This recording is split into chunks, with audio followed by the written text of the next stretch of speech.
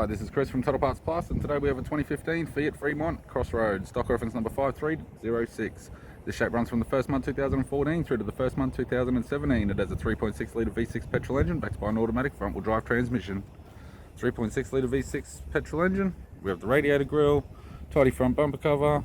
right hand fog light, right hand headlight, left hand fog light, left hand headlight, left guard appears to have no damage,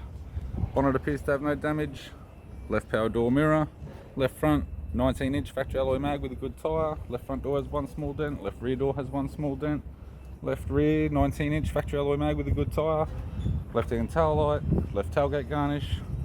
bumper has a scuff on the left hand side, tailgate appears to have no damage, right hand tailgate garnish, right hand tail light, right rear 19-inch factory alloy mag with a good tyre, right rear door has one small dent, right front door has two small dents, right guard appears to have no damage,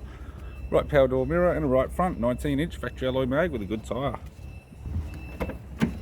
With the driver's side door trim, power window master switch.